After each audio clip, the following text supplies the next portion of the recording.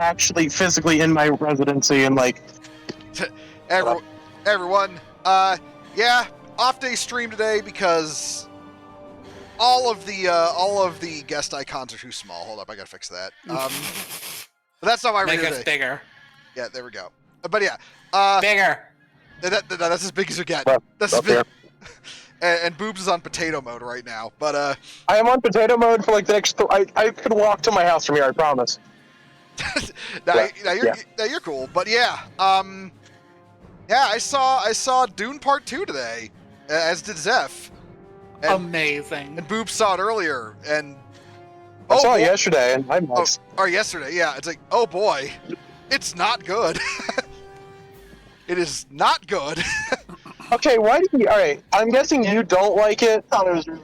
I'm guessing you don't like it because it's not book accurate. I liked it. All right. Yeah, straight. Oh, right. it is not. Okay, it is not book accurate at all. Like, okay. I didn't think it was. I'm gonna set the tone immediately with a hot take. The David Lynch Dune is more accurate. Oh no.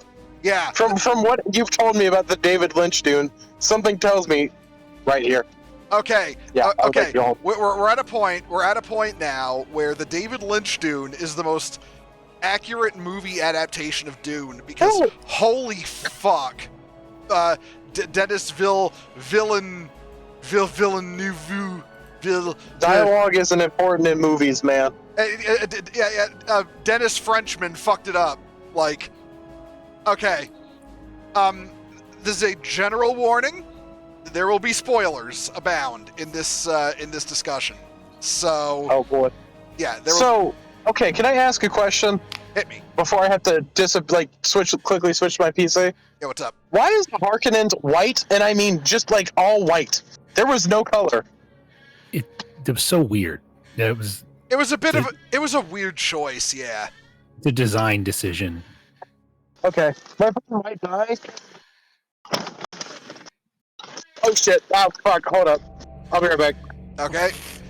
They're like, oh fuck. I mean, here, but I'm not here at the same time. Yeah. But hold on, I'll mute myself. But yeah. Wait, what? Can you mute me? Because I can't. I got it. Okay. But wait. But yeah. Oh, where do I start? Like, I had some misgivings with Part 1. Like. So like there were things with Dune Part 1 I didn't like, but I thought they were kind of like, okay, it was like, okay, that was bad, but we can recover from this, you know? It didn't feel like it was gonna affect affect Part 2, like, going forward when they did it, like, like race and gender swapping Liet Kynes, or the fact they basically, pussified Lady Jessica, which was something I really didn't like. Like, Zeph, did you notice that in Part 1? Yeah. Yeah, like, I mean, the race swapping of, the race and gender swapping of Kynes is obvious, but I mean, like, Jessica is a lot more frightened throughout the film. A lot of her moments of, like, strength and resolution are fobbed off onto Paul. Like during the the hand in the box scene, or like when they're in the, like, toward the end when they're in the ornithopter that's in the storm and she's saying the litany against fear. That's supposed to be Paul doing that in the book. Like, in the book it's Paul doing that, and Jessica's maintaining her cool the whole time. Oh, there goes Boobs. Yeah, in the book it's like Jessica's maintaining her cool and Paul's the one who's like trying not to freak out. Oh, Boobs is back. Hey, Boobs. I'm now in PC quality. Okay, but yeah, yeah, sorry. But yeah, like where we were. Like we were talking about how for Part 1 the changes, were bad, but they weren't like damaging, like Kynes' race and gender swap. Jessica getting a lot of her, better moments taken by Paul, or being made a lot more, scared than she was at times, which also clashes with the moments when she's not scared, like when she, murders the fuck out of those dudes that have them captive captive. So when she's sitting there, like, freaking out and barely able to control her emotions during the pain box, the magic pain glove scene, or when she's the one reciting the litany against fear in the ornithopter in the storm, when that's supposed to be Paul doing that, it just throws off her character. And they also cut her and Duke Leto's loving relationship out too, which was something I didn't like. Duke Leto is Oscar Isaac's character, right? Yeah. Yes. Yeah, Okay. like she and Duke Leto are very much like madly in love with each other, and the whole reason, like the only reason he didn't marry her was because as a duke he wanted to keep his political prospects open. Like he would have married some woman, but it would have been like a completely like one-way kind of. So it was basically your traditional fucking royal marriage, where you're not married to the woman you love. It's just out of I have to. Yeah, So is that why she was listed as his concubine? Yeah, because because you see, he left himself available for marriage for political reasons, but he loved Jessica, and Jessica loved him, and they were husband and wife on all but paper, essentially. And the first part of Dune Part 1 cuts a lot of that out. Like in fact, their relationship in the first part is actually really cold, which rubbed me the wrong way, because their love for each other is a major, like that was the whole motivating factor for why she had a son instead of a girl, a son instead of a daughter, because that's what her Duke wanted, and she loved him. Her love for him caused her to defy the orders of the Bene Gesserit Sisterhood. But these were like, I saw part 1, it was like, okay, those were bad, but it can recover. It can end up going into part 2, it can recover from that. It just got worse. Like, okay, so like I said, this is where the spoilers begin for part 2. If you've never read Dune, or you don't want to be spoiled for the new movie, this is the time for you to, pack off, because here's where the spoilers begin. So, first of all, immediately, like, we're talking like Jessica hasn't been at the Siege for like 10 minutes, and she becomes the Reverend Mother. I felt that happened a little too quickly. Yeah, because what happens in the book is that they need to evacuate the Siege and head south. And the Reverend Mother is old and won't survive the journey, so Jessica nominates to take her place. And, when she drinks the water of life, I don't remember 100% if in the book she knew she was pregnant at that point. She knew. Okay. Yeah, she was unaware of the effects the water of life would have on her daughter. But they glossed over that whole drama, because they figured out that was going on, and the Reverend Mother was freaking out because it had never happened like that before. Yeah, because that's a whole thing. Like the whole fact, like there's a whole arc of building up, them building up the trust of the Fremen for her to become the Reverend Mother in the first place. It's not like she gets there and it's like, hey Jessica, you're kind of here and she's kind of dying. Could you drink the water of life, maybe, possibly? It ain't like that. It's also not a consensual act in the movie. She's forced to do it by the living Reverend Mother using the voice, when in the book she chooses to. It's a conscious choice on her part. It feels like it has to be a choice. It feels like it's not something you can just make yourself do. Yeah, it's like in the movie she's forced to drink it by the current Reverend Mother, and then in the book she chose to do it and become the new Reverend Mother. Yeah. And that was also Jessica's character is basically assassinated in this adaptation. I don't like how she kind of felt like she did nothing except talk to her unborn child, which that that wasn't in the original movie. The half of it that I watched, and I feel like that was changed from the book. Oh yeah, It was far stranger in the book. Hey, philosopher, how you doing? But yeah, in the book, basically, okay, in the movie version, Jessica is the villain of the story. Like, not the the Emperor and the Harkonnens are antagonists, but in the movie, Jessica's a villain. Basically, they turned Paul's mother into a villain. That is something she is not in the book. In the book, she loves her son. She cares for her son greatly. She ultimately wants what he wants, but she is torn in her loyalties between, say, to him and to him and the sisterhood. But the sisterhood doesn't have that strong a hold on her, and it is ultimately her We'll get into why her knowing she was the daughter of Baron Harkonnen is bullshit later, but it was finding out she was Baron Harkonnen's daughter that basically fully turned her against the sisterhood in the end.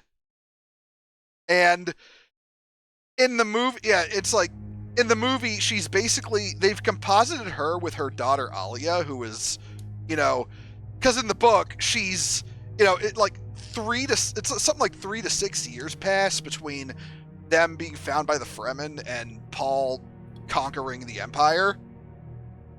And in the movie, it's like something like, from what I read, it's something like 8 months pass. Oh, that long? It felt like it was like 2 weeks. Hey, yeah, the passage of time is really bad, actually. Well, what's up? Didn't you say something about how they have Mad on steroids in the Dune universe? Oh no, they've banned nuclear weapons. Like the whole thing with the family atomics, that's a thing. It's okay. Yeah, I want to say though, agonizing over their use was. I don't remember if it was an arc in the book or not, but I don't think it was. It really wasn't, and Yeah. I don't remember. Him. There was no focus in that. Yeah, it was kind of just they knew where the atomics were, and they just weren't using them because nuclear weapon ban. Squad deploying. No, I'm pretty sure Paul used them, and that's what I was like. Wait a minute. No, he does use them in the book. It's just that agonizing over using them or hunting for them is not an arc in the book. Oh, okay. Also, Jonah Thumper, thank you for the follow. Welcome to the Crusade. What do I rank? What do I rank the movie from 1 to 10? Okay, if I'm being objective, I rank it a 3. What preventing it from being like a 1 is the fact that I will give it props for its production value and its visual effects, score, and all that. The production value was high, but the story and as an adaptation, it was not there. I will say this, as someone that has never read the books and only seen half of the old movie, 8. It looks good. It's an enjoyable movie. Only reason it's not a 9 for me, the entire time I watched it was suffering because I didn't go to the bathroom before I left my house. I'm still interested in seeing it, partially because I enjoyed the first one. Partially, I'm sure, because I haven't actually read the book, so, grain of salt of my opinion there. But also partially, and meaning no offense to you, hun, you do have a reputation with me of being like, I want you to watch this absolute stinker of a film that I saw in theaters. I know I hated it when I saw it. No. This is not that one of those times. This is okay. Fair enough. I would actually recommend the book to you. Put the audiobook, put the audiobook on and listen to it. How's the audiobook? Oh, it's really good. It's long. Don't get me wrong. It is fucking long, but it is good. I have a question. What's up? Should I read the Dune books Yes. while at work through audiobook or Heresy? Honestly, I'd recommend Dune first. That's heretical. Dare I say a heresy? Look, if someone's gonna say Horus Heresy or Dune, I'm gonna say Dune every time because I like Horus Heresy, but Dune is just better. I'm also going to throw in, though they can be a bit cheesy at times, the Honor Harrington books. Yeah, those are. They're also a bit like, they're very like in depth in terms of like what they're about, but anyway, sorry, I'm getting off topic. Yeah, we're getting off topic, but yeah. Okay. We were on the fact that, like I said, they just make Jessica the Reverend Mother 5 minutes after they show up at the siege. They skip that whole arc of her gaining the trust of the Fremen. They go south in the book to get the Fremen civilians out of the line of fire of their operations, basically.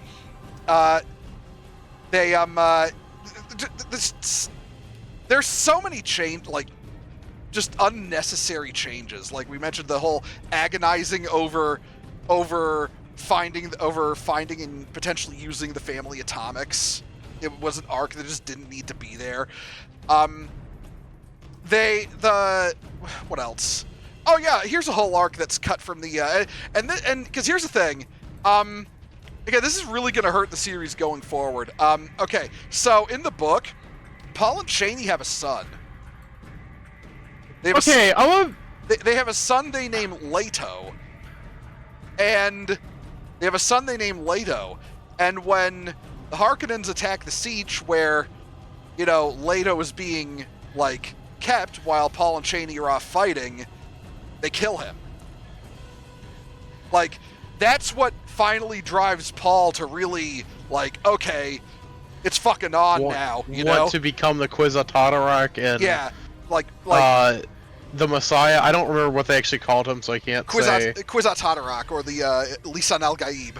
Yeah, Lisan al-Gaib is what I meant. Yeah. The Kwisatz Haderach is the Bene Gesserit one, and Lisan al-Gaib is the Arrakis. Yeah. Okay. Yeah. So, was it a thing in the books where he was just like, no, I'm not him? He at first he goes from, I am him to, no, I'm not him. Shut up. No. In the book he.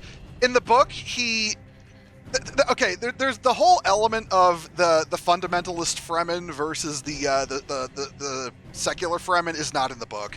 All the Fremen... Yeah, that was so weird. Yeah, that is not a thing in the book. All the Fremen are believers, and Paul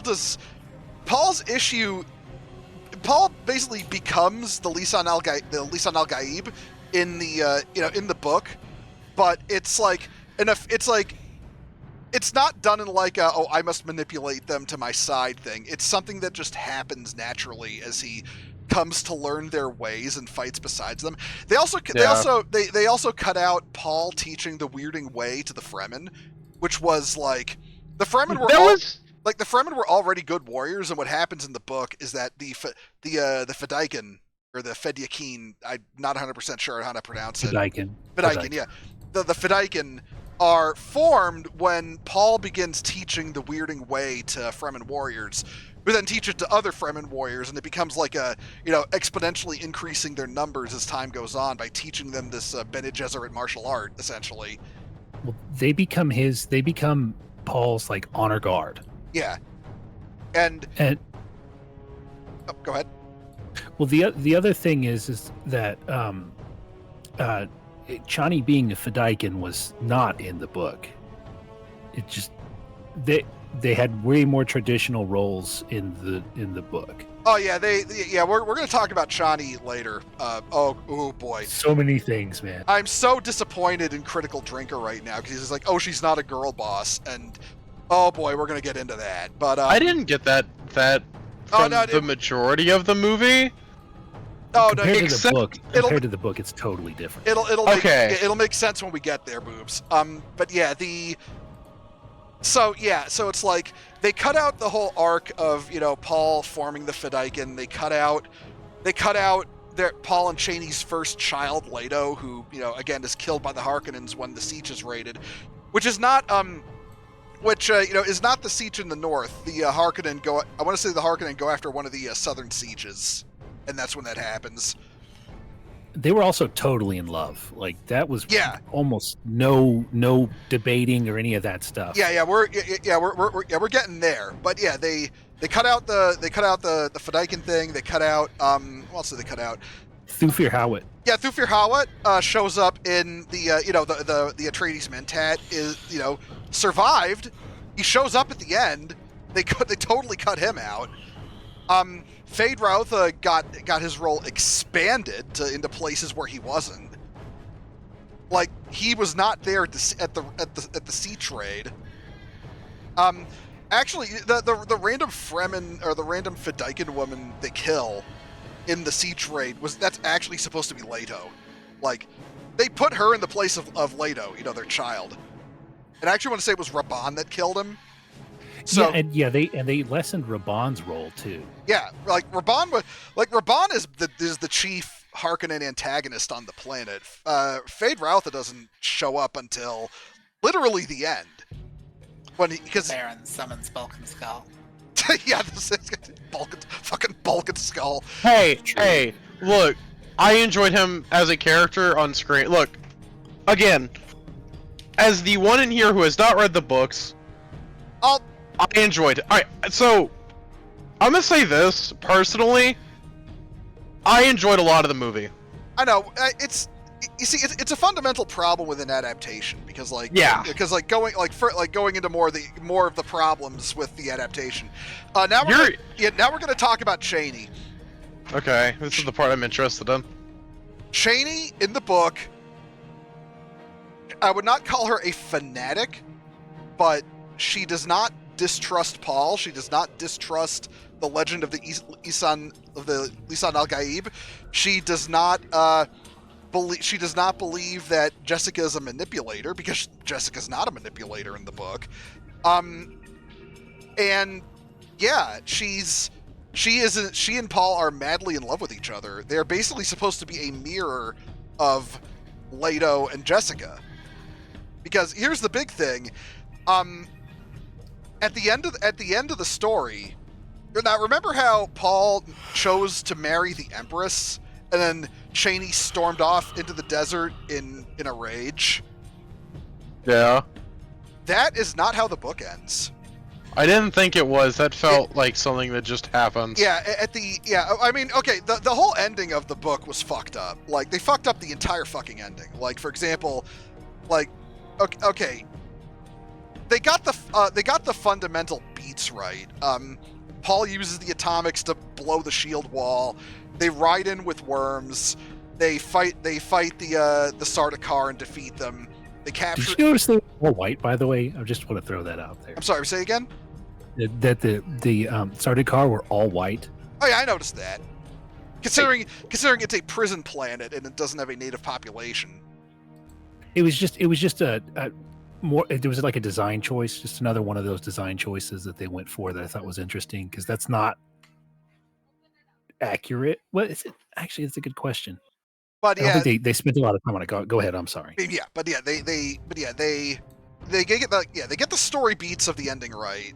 But what changes is the ending. Here's what happens at the end of the books. Before they set out for their big fight, Paul sends an order out to all the sieges. Get your water caches, take the water caches, and wait for his order to dump them into the spice fields. That's basically his order, because it's completely left out of the movie where the spice comes from. It's supposed to be a thing that the Empire, the Imperium, does not know where the spice comes from on Arrakis, but the Fremen do, and the worms are the source of the spice. It's produced when the worms spawn, basically, and the baby worms eject all the water from their body, and that forms what's called the pre-spice mass under the sand, and then eventually that blows to the surface and dries out, and that's where the spice comes from. So it really is worm shit. Yeah. Yep. Yeah, and this is completely just not in the movie at all. Yeah. And what's also left out of the movie, well, I mean, it's in the movie, of course, that, the worms die when exposed to large amounts of water, but what happens in the book is that Paul, like I said, Paul tells the sieges, get your water caches, and on my order, dump them into the spice fields. And what happens is, after, when he's got, the Emperor and everyone captive, and, they say they won't bow to him, and they're just going to annihilate them, Paul basically lets his plan loop. Says what his plan is, which is if the great houses don't listen to him and acknowledge him as emperor, he'll have the water dumped into the spice fields, which will cause a chain reaction with the baby worms that will result in the death of all the worms. And the spice will be destroyed, and civilization will completely collapse. So basically, he's got he's basically got all of civilizations. He's got a gun to civilization's head, and if they don't listen to him, he'll pull the trigger. Yeah, no navigators is what that means. No space travel. No navigators, no space travel. Everyone's fucked, and he will gladly do that if he has to. And in the movie, he's just like, oh, I'll just nuke the spice field with nukes. Like, I want to say it's actually canon that nukes wouldn't hurt a worm to begin with. So, yeah, it's like, yeah, so that's completely fucking wrong. And then basically in the movie, he's like, oh, I'll marry the Empress. Is like, because in the book, he's like, he fights Fade, he kills Fade. It goes a little differently in the book. That the fight goes a little differently, but I still like the fight in the movie. Like that was okay. It was a solid fight. Yeah, I like that. But what happens afterwards is that in the book, he kills Fade. He then says, I'll marry the Empress, and that'll make me emperor, and as long as y'all play nice, I'll allow you to have the spice. And that basically, it's the movie kind of gets it right in that it's the dissenting of certain houses that causes the jihad to be launched. But at the same time, the part that this is the big clincher here is that after he declares his intent to marry the Empress, and she accepts this, he immediately turns around and goes back to Cheney to be with her, because it's strictly because he is only marrying the Empress for political reasons, and he is very clear in the fact he does not love her. He will never love her. He will never see her as anything more than a tool, and he loves Cheney. In fact, hold on, I'm gonna look this up because this is actually kind of important. Y'all, you were gonna say something, Zeph? Well, that was part of what I was going to get at, was that Jessica tells him at some point in the book that Chani's going to be nothing more than a concubine, and that really he needs to kind of move away from her. And he's like, no, it's not happening. It's never going to happen. And he kind of warms to the idea that he's going to have to marry, what's her name? And the Empress. She's not the Empress. She's like a princess, Lady Erlon. And her role was way expanded in this movie. She was like almost a side character. She had very little to say, and really her biggest contribution in the book was she was in each chapter, she would do a snippet about Paul. Yeah, and from the past. So it was a very, very different, because she's not this real conniving, well, I mean, like a little bit, but not really conniving and not in control of her father. That was not the way it was. Okay. I didn't hate Christopher Walken as the Emperor. I think he was being a little too much Christopher Walken and not the Emperor character, but I liked him as the Emperor. But okay, here it is. This is the line that Dune closes on. This is Lady Jessica talking to Chani. Think on it, Chani. The princess will have the name, yet she'll live as less than a concubine, never to know a moment of tenderness from the man to whom she's bound. While we, Chani, we who carry the name of concubine, history will call us wives. The book closes on that. That line does go kind of hard. Yeah, it's basically Chani saying that, yeah, Paul is marrying the Empress.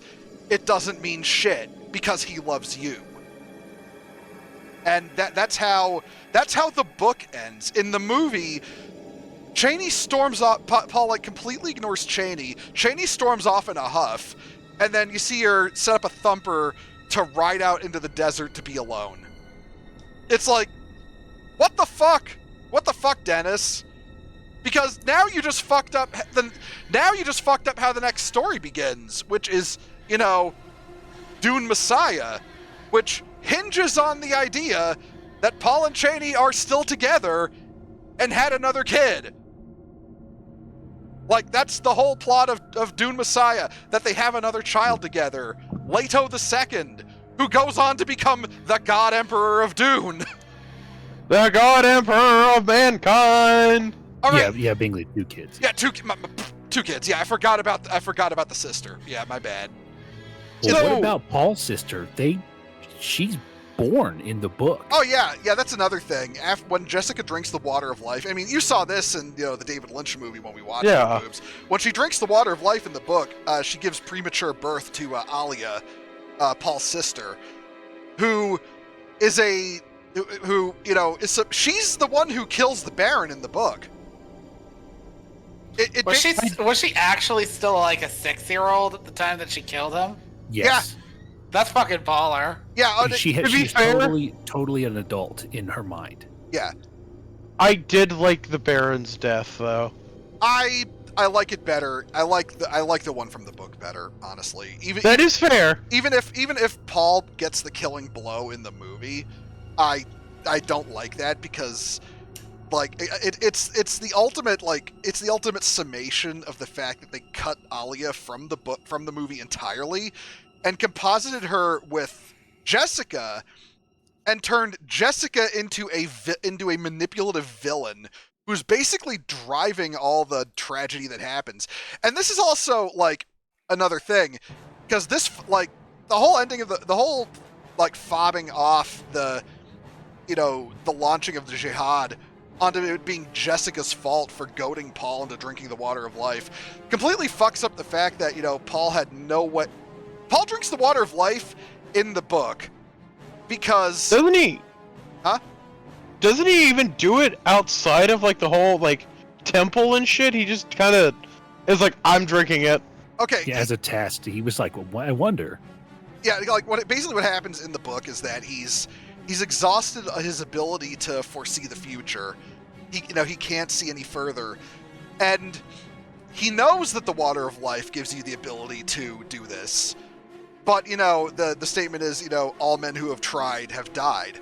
And nobody goads him into doing it. Nobody suggests he should even consider it. But he does it anyway.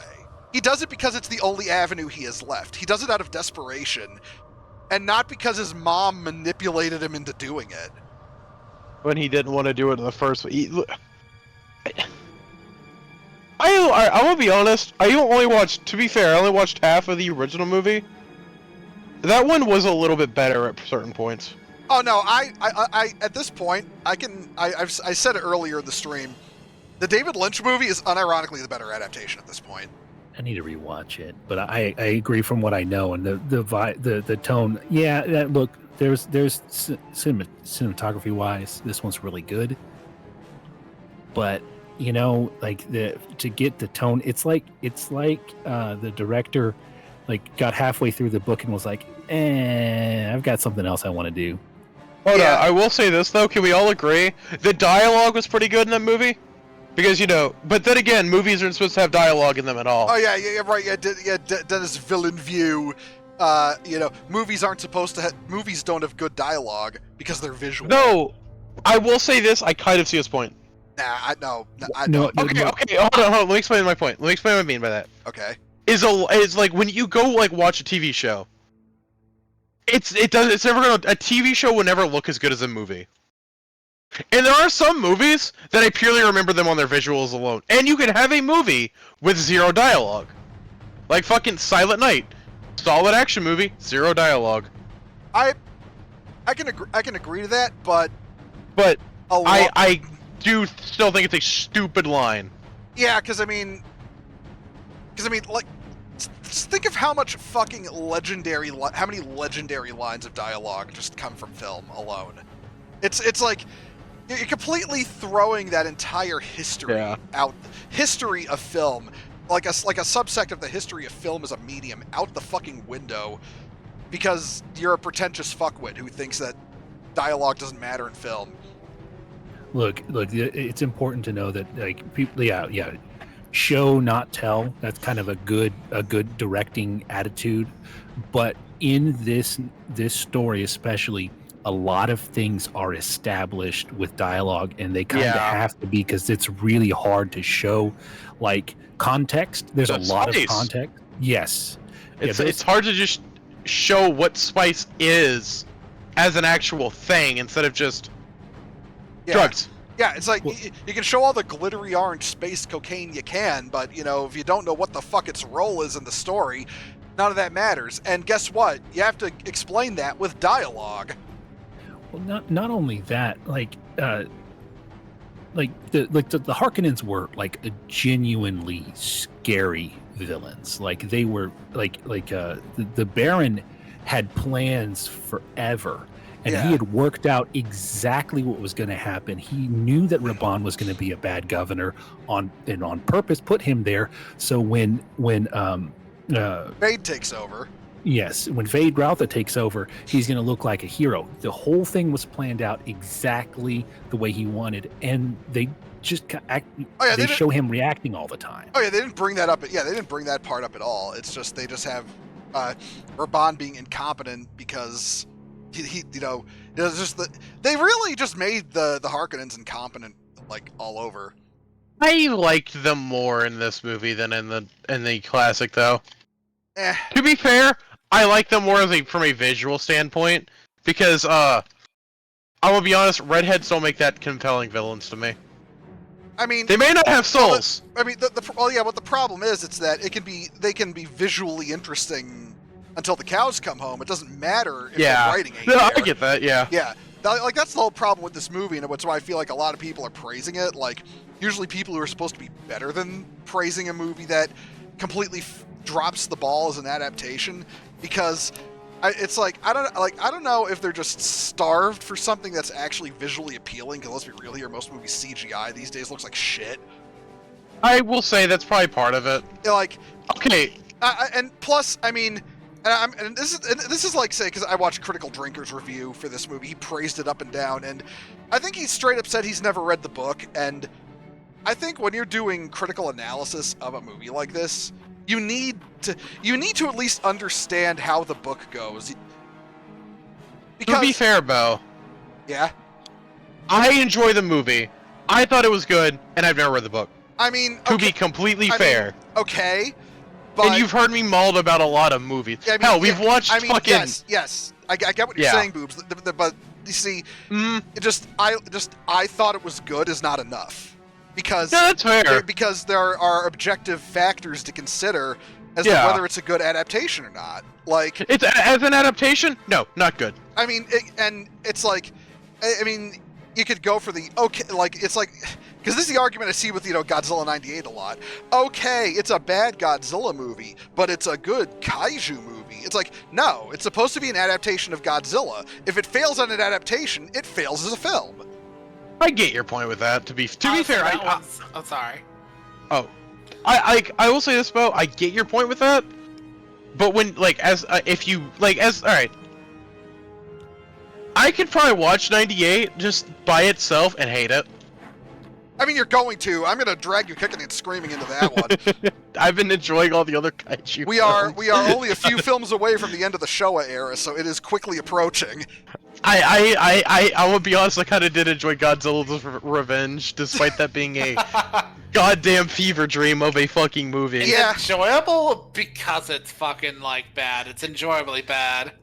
It is so bad it's good. I'd qualify it on so bad it's good. Yeah, I'll definitely give it that. But yeah, it's like, to the point, when you're adapting something, you can make a technically good film that is still bad. That's still a bad film in an objective sense because you completely flubbed it. You completely flubbed the adaptation. I think the penultimate example, or penultimate, is that the right word? Example before this, would be The Hobbit. Holy shit, Bo! Man, I was about to say that. I will say this though. The Hobbit. take it out that it's an adaptation of the Hobbit single book. There's only one book. But anyway, Short book too.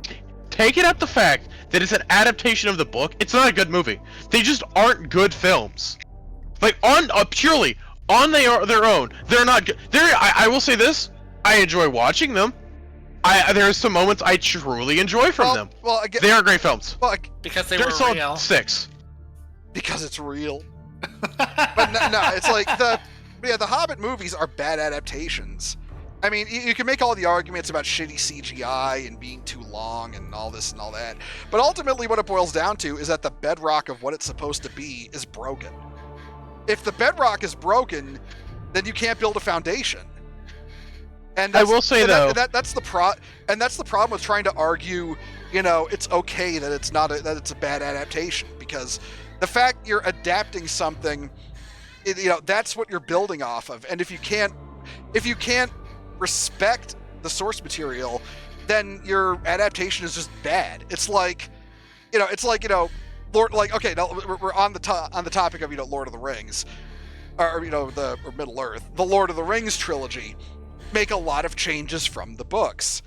but perfect movie. They are a perfect trilogy. Yeah, the difference between Peter Jackson's Lord of the Rings trilogy and Denis Villeneuve's Dune movies is that when Peter Jackson adapted Lord of the Rings, even though he had to make changes, he respected the story and the spirit of the story, and he poured that into the adaptation. So even where he had to change things for, like, say, time constraints, budget constraints, or, maybe composite a few characters together where necessary. Or just certain things like Gondor being honestly impossible to, build. Yeah, it's like when he had to do those things, he did those in a way that respected the source and respected respected Tolkien, respected the books. The problem with these Dune adaptations is that they do not respect the source, they do not respect the books, they do not respect what Herbert wrote, what Herbert was going for, with his story.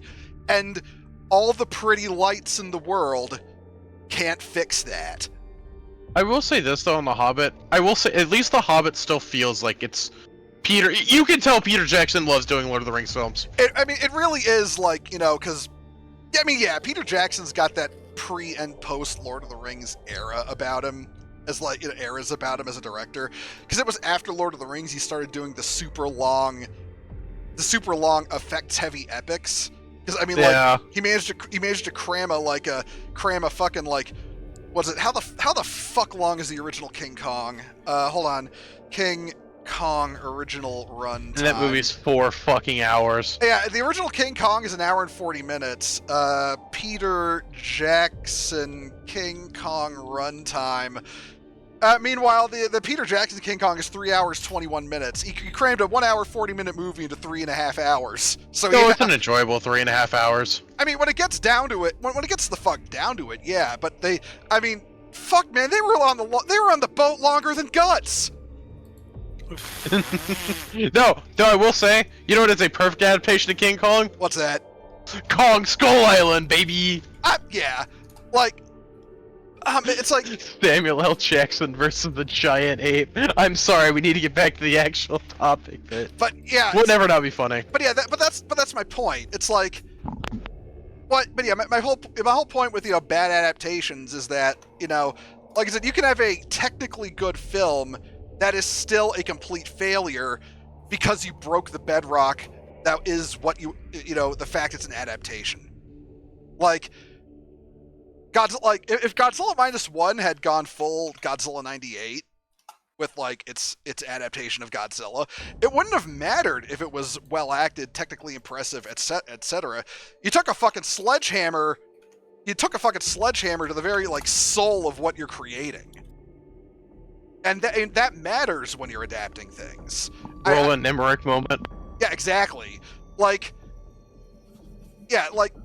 So people are going to be citing that the movie's it's pretty, the acting is good, the music is good. Okay, but the core of it, the heart of it is broken, and that makes it a bad movie. And it doesn't matter.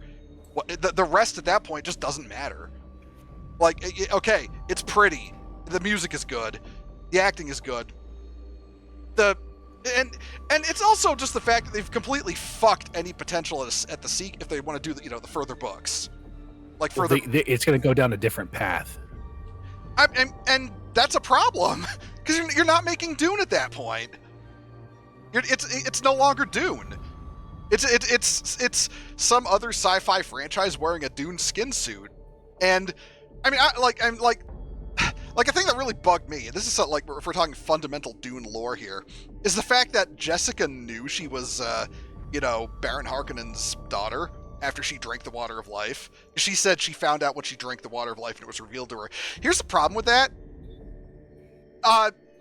The ability to look into male genetic memory, that's, only one person can do that, and that's Paul. That's like one of the entire purposes of the Kwisatz Haderach. Wouldn't she be able to look into her own though? Nope. If it is male genetic memory, a Bene Gesserit cannot look into it. Okay, let me explain what I mean. Like that. No, I'm no boobs. I mean, I know you're trying to like explain it. I'm telling you that is fundamentally impossible according to Dune lore. The entire purpose of the Kwisatz Haderach was to create a being who could do that to begin with. Speaking of Dune, yeah. Did you hear about the new Dune game? Which one? They're making a survival MMO. Oh yeah, that. I'm not interested. Hold on. I thought it was pretty neat. They did say they're making a slight lore tweak so that the world still works. Laser weapons cannot target shielded enemies. Oh, okay, that's okay. That makes sense because because they don't want nukes just going off. Yeah. Okay. For me, that falls under like say the Blood Ravens being able to deploy like 50,000 Space Marines to a battle in Dawn of War. It's like you gotta make concessions for gameplay. That's okay. That's an entirely different. Video games are an entirely different realm of adaptation. Yeah. You can't. I just thought I'd mention it because I thought you'd find that neat. Oh yeah, no. That's like I said, that's fine because that's just like you gotta make concessions for gameplay or you can't have games. Yeah. Adapting things to the video game format is entirely different from adapting things from say book to film. That's an allowable thing. I don't have any hope for the game because it's by from what I understand, it's by the Ark Survival Evolved guys. There's no fucking way. It was either by them or the Age of Conan guys. It was like one of the two. I heard that game was actually good. Okay. It's better than Ark, that's for sure. Yeah. Dune Awakening. Who is making you? But yeah, it's like. Like I said, that's the whole core of the problem. It's like like a superficially pretty movie with good acting and good music. The very foundation that it was supposed to be built upon is broken, and that's understandable. For that, it fails as a film. And again, if you have not read Dune, read Dune. It is legitimately excellent, and the story is so much better than the slop that Villeneuve fucking puked up onto screens. At this point, it sounds like you're about to make a mandatory reading for the server. No, I'm not going to do mandatory reading for the server. But anyways, if you're trying to say. Yeah, well, I would like to hear Boob's opinion once you read the first book. I'd love to hear what you think after that. Yeah. I'm gonna be honest, dog. It'll be about a year before I get around to that. I just do it now. Okay. But Boobs, when you're Dune with Dune, then share your opinion. Wait, when you're Dune with... Because, like, the thing about reading for me, I just forget to. I mean that genuinely, just forget about... Audiobooks. Well, like... yeah, but, like... I'm weird, okay? Like, I'll probably listen to it and then not understand anything going on. Be like, wait, what? What is this name? Who is this man? I mean, like, I fully agree what you're getting at. Like, when I was at work, I would listen to books, but I'll admit sometimes I'd be like, that requires a re-listen to, because I didn't really process half of that. Like, I keep banging on about, like, the Honor Harrington books. They're good books, but a problem with them is that sometimes the author will be like, So here's the reason why this fight played out this way, and then go on for 10 pages about like, you know, the history and science of the setting. And if you were to sit down and listen to it, and also be subscribed to you know, Space Doc, you'd understand what they're saying. But I had to ask Bo like a bunch of questions about it, and then like only on my second listening to it, I was like, "Hey Bo, why does it work this way?" And he's like, "It works this way because of this. Here, a Space Doc video." I see. Well, like, the problem is, for me, you can say the name of a character, and, like, I won't know who the fuck they are. Like, okay, Transformers. I know who Optimus Prime is, because I know what he looks like. For, like, literally 5 years, I kept getting Shockwave and Soundwave confused because of their names. Oh, so you don't know who Bumblebee is? Or Master Chief? Okay, that's different because I can tell you what they look like. I go off their looks, not their names. I'm terrible with names. Names are my Achilles heel. John Master Chief is part of a show that doesn't exist. I hate that. Master Chef. I mean John Halo Master Chief of the Halo tribe. John Master Cheeks from Reach City. Wait, Philosopher, do you get slapped with an ad? I thought I set the ads to only play at the start. What the fuck? God damn it, Twitch. Why do you gotta be like this? It makes you either have to have random mid-rolls and a pre-roll, or you can set it to, I think, 3 minutes of ads. Like, that you have to, like, alright, like, your pee breaks on your stream. You should probably set those to your ad breaks, so you don't have to have, join ads. Because if you manually set your ads, then you can prevent people from, like, joining and just ad. I didn't know that was an option. I'm gonna have to look into that. But yeah, I hear it from Kirsha all the time. Sorry. It's cool. But I mean that pretty much that pretty much closes out, you know, discussion of, you know, the Dune movie. But now we got to discuss the whole problem, which is the movies going forward. Because again, they fundamentally broken Dune. And wait, hold up. Before you go into the next thing. Yeah. What about what you liked about the movie? Like I said, just, you know, well, like I said, completely shallow stuff, visual appeal, the music. I will say this, Timothy Chalamet. Yeah, him. The guy who played Paul. I liked him in the role. Zendaya was Zendaya. Yeah, I don't even. I saw Zendaya. It's like Kojima reviewing a movie didn't like. Saw Zendaya in Dune. She is such a forced meme. I really don't get what. You know, the worst part is there was a trailer for a movie like before this. She's like where she plays like a tennis star who like breaks her leg during a game and can't play anymore, and starts training these two guys to be tennis players. Hell yeah, my favorite sport. Dennis the player.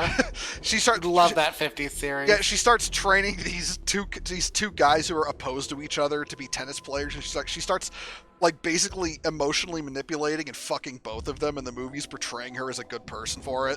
Like, you know, yeah, Queen Slay. You know, it's like I do not get what people like about this woman. She is just. I like Stilgar. Yeah. It's, okay. He was yeah. great. Okay. This movie, legitimately the best rendition of Stilgar as a character, just because he's one of the few characters who they did properly, like the way he is in the book. Okay, I know it's a departure from the book. I like the guy that was played by Anton the guy that played Anton No Country for Old Men. I liked him. Yeah, that's Stilgar. He was cool in this movie. That's Stilgar. Yeah. Oh wait, that's not Stilgar. No. Yeah, that's Stilgar. What? He played Stilgar. Yeah. Yeah. Holy fuck! I have to go look at this now. But movie Stilgar and book Stilgar are basically like that. That was on point. I'll give them that. I liked him as Stilgar. I liked how they portrayed him because it's basically the way he was in the book. He is Stilgar. What the? I need your opinion on the scene I specifically pinged you about yesterday, though. Which one? Fucking I am not the Messiah. He is the Messiah because he says he's not. Clearly, No, that's That does not happen in the book, and the reason that doesn't happen in the book is because even though there are people who believe, obviously the Fremen believe in the prophecy, but they do not believe he is the Lisan al-Gaib until later in the book. That's why. to be fair though, Bo, I like that scene because he denies his divinity, therefore he's the Emperor of the God. It's literally, I mean, that is literally straight out of 40K how the Imperial cult rationalized the Emperor denying that he's a god. It's like, oh, only a god would deny the fact he's a god. But I know exactly how they're gonna continue Dune. Oh god. They're basically going to have a spin-off for Zendaya called The Legend of Chani, who goes off into the desert riding Igla, whatever the Shai word thing. Halud. And she has a vision quest where she realizes that she's the Ibn Labibi or whatever to his Kwisatz Haderach. Oh my god, and they're destined for each other. And she's also pregnant. I believe it. This is just the plot of The Matrix 4, you fuck. No. I've got a better one.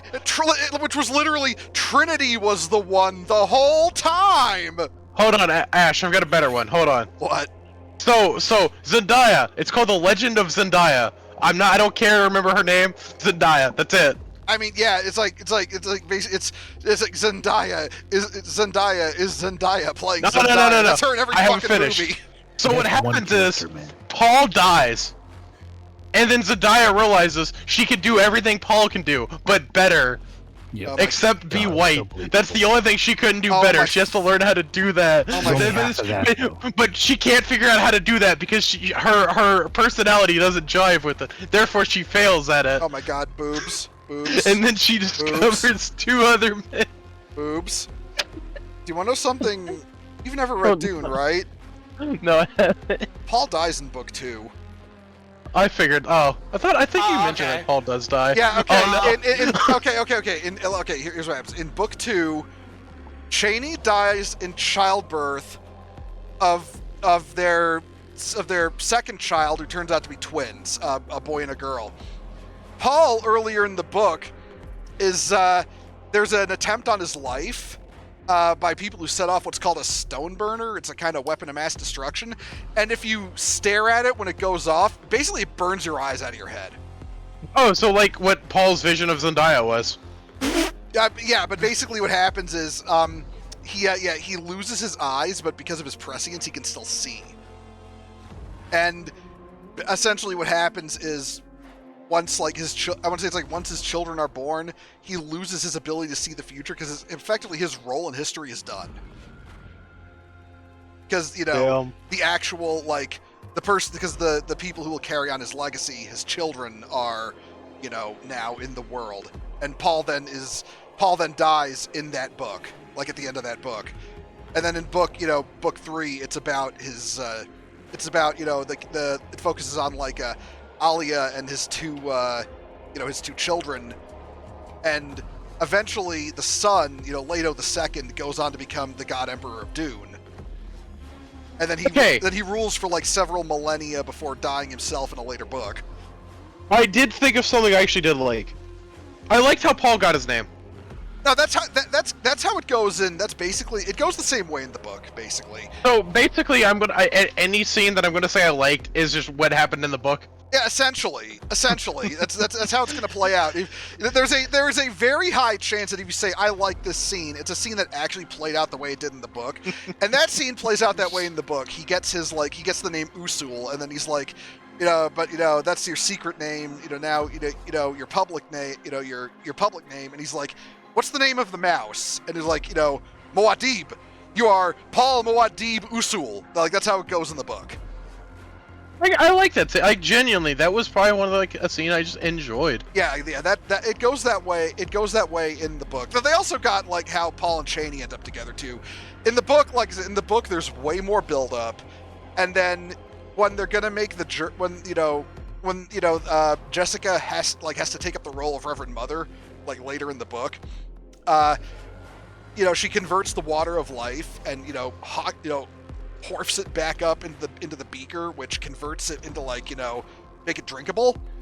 And at that point, everyone in the siege, partakes of the water, of the purified water of life, gets super fucking high as an orgy. And yeah, you mentioned that. Yeah, and that's when Paul and Chani finally like break the ice and like realize they love each other. Honestly, I'm not surprised that didn't happen and I'm gonna be honest, I'm not surprised that didn't happen in part 2. Like I'm gonna I get what, because like the movie's PG-13, which I think really hurt it, honestly, but hurt it in what they could depict. But I'll definitely say that the fact that they didn't they had it go the way it did, where they just end up falling in love like at that point, really hurt it. Because to be fair, they did feel more in love throughout most of the movie. Well, I mean, until the movie to decide to completely derail both Paul and fucking Chani's characters, because that's a whole other thing in the book. After like I said, Paul is not reluctant to take up the role of the Lisan al-Gaib. It's just that he doesn't. It's like no one thinks he automatically is that. It's that after he comes to live with the Fremen and as he learns their ways, that's when people start to notice the signs. And it's only after it's like after he drinks the water of life and survives, that's when everyone's like, holy shit, he's fulfilled all the signs. He is the Lisan al-Gaib, and he kind of he is the Nerevarine. Basically. And it's yes. And from that point on, he's got the powers of the Kwisatz Haderach and is able to predict, see the future because he has prescience now, and he has access to all the memories of the entirety of every man and woman who has ever had genetic mingling within the Bene Gesserit. And it's and what really kind of what they threw it off is in the book.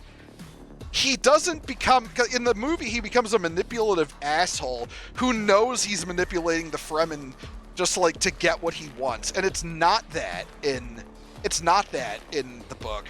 He's legitimately trying to help. And even after he becomes the Lisan al-Gaib and gains the powers of the Kwisatz Haderach, he's trying to help.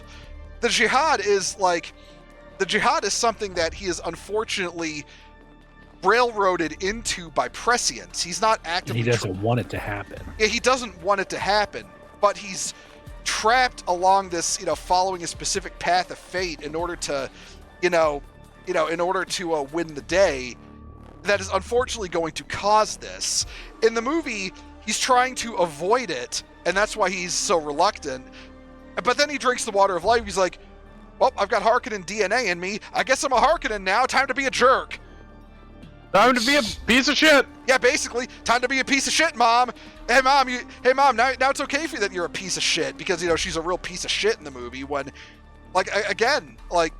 she was, trying to do the right thing. And she was trying to do the right thing, and her only real torn loyalty was that she still had loyalty to the Bene Gesserits, which, like I said, when she found out that, they lied to her about her parentage, and that her dad was the dude who killed her lover, she's like, well, fuck the Bene Gesserits. Those cock-sucking Bene Gesserits. Yeah, basically. Here's the worst part. They were going to have them, if Paul had been a girl, they were going to marry Paul to Raban. Fade. The Fade Rautha. Yeah, Fade. Yeah. And that would have been what do you call it? That would have been, Kwisatz Haderach. Yeah, because that was the whole issue, is that they were one step away from the Kwisatz Haderach, and she loved Leto, Jessica loved Leto so unbelievably much, she defied the sisterhood to give him what he wanted. And Didn't the whole Kwisatz Haderach, wasn't that a plan for centuries in the making? Yep. Yeah. Millennia. Yeah, she literally cocked up a millennia old breeding program because she wanted to, do right by the man she loved. Woman moment. Nah, I'd say that's pretty based. Yeah, Movie Jessica is pretty base, to be fair. I mean, book Jessica. I do not like movie Jessica. I mean, it's not Jessica. It's a completely different fucking character. It is generic woman. Actually, no, here's the funny thing. You know who she basically is? In the Dune movie, she's Book 3 Alia. Because Alia is it's been a while since I read the other books, but if I recall correctly, Alia is actually the antagonist of Book 3. But Alia is also Alia is also a tragic figure because she's like the abomination because she's a woman who has Paul's powers. Abomination. And essentially what happens is that women can't handle that power, and it basically starts driving Alia insane. I mean, she was already pretty kooky in the David Lynch film, so, like, I'm not surprised. I mean, yeah, because she was born a fully aware and cognizant being. Like, I mean, she was a fully aware and cognizant being, like, you know, like I said, from the instant the water of life hit her, she was like that. We're talking like she was like alive and like awake and aware in the womb, in the womb, and then like, you know, from the moment she was born, she was just like awake, aware, like fully cognizant, and then she has the genetic memory abilities that Paul has, which what if this womb has a Netflix? But yeah, it's like, but it's the fact that, you know, the reason the Bene Gesserit needed a man to be the Kwisatz Haderach is because, you know, the male genetic memory drives women insane, and that's what eventually happens to Alia as the books go on. Oh, hey, no female space marines. I wasn't gonna go there, but you just like only men may receive the genetic memory. only men can become part worm. Yeah, that happens in book 3. Leto the Second merges with the worms, and that's how he becomes immortal. That's something. Yeah. Okay. EA. Thank you for jogging my memory. Yeah, she's basically possessed by Alia gets possessed by the genetic memory of Baron Harkonnen. That's what happens to her. Oh, right. I think I remember you telling me about that. Yeah. Oh, like, yeah, because she has like Paul's memories, which therefore would be like the memories of all their male ancestors, including Baron Harkonnen. Yep. Like, okay, to give you an idea of how, you know, fucked it is for Alia in like the later books. Okay, so part of the sequels is that, you know, and this is the meme among Dune fans, is that Duncan Idaho keeps fucking coming back and dying because he keeps getting cloned, and what essentially happens is Alia, when she grows up, or maybe she wasn't growing up, I don't quite remember, but basically, okay, she and the clone of Duncan are fucking, and it essentially how the Baron kind of worms his way in is because he says, hey, can you let me possess you while you're fucking Duncan? Because that shit's kind of hot. I'm not making that up. That's exactly what happens. What? Oh, God. He is, in the books, you know, like a complete debauched individual. He is, to call him an Apex degen would... No, that does not summarize it well. Like, the movie doesn't even come close. Was it the miniseries where he pulls out the heart plug on like the fucking twink that's like, you know, brought to him? Movie. No, that was the David Lynch movie. No, in the miniseries he has in the book he's just straight up a pedophile. Like he'll say shit like, "Hey, bring me one of those underage boy slaves." Oh, and drug him. I don't like it when they struggle. He'll say shit like that. Like the man is legit a fucking monster, and in like the closest they got to it was in the miniseries where he would fuck like unconscious twink slaves, but obviously they couldn't show how gross it actually was in the miniseries, and they just didn't bother. And the most they got with that in the David Lynch movie was he kind of was looking at fucking Sting all pervy and shit. Like that's the most they got with that, and yeah, it's like. They really underscore how just fucking vile Baron Harkonnen is as a person in all the adaptations. Well, and that's why it's so, in part, why it was so shocking to find out that that's who they were related to. Yeah, because like this motherfucker is like, oh god, like it's like oh god, what the fucking other tales, you know? The Baron likes, yeah, exactly what EA said. The Baron likes young kids. That's why Ollie in the third book has many, yeah. She basically she starts perving on younger dudes because of the Baron's influence. And you know, to be fair, I think the reason why they don't have the Baron in any of these movies done by Hollywood like that is they'd feel like it's wrong to portray that as being the villain, because that's all of them. Yeah, Hollywood's seen a little too much of themselves in the Baron. Yeah, they're probably like, wait, that's not a good thing.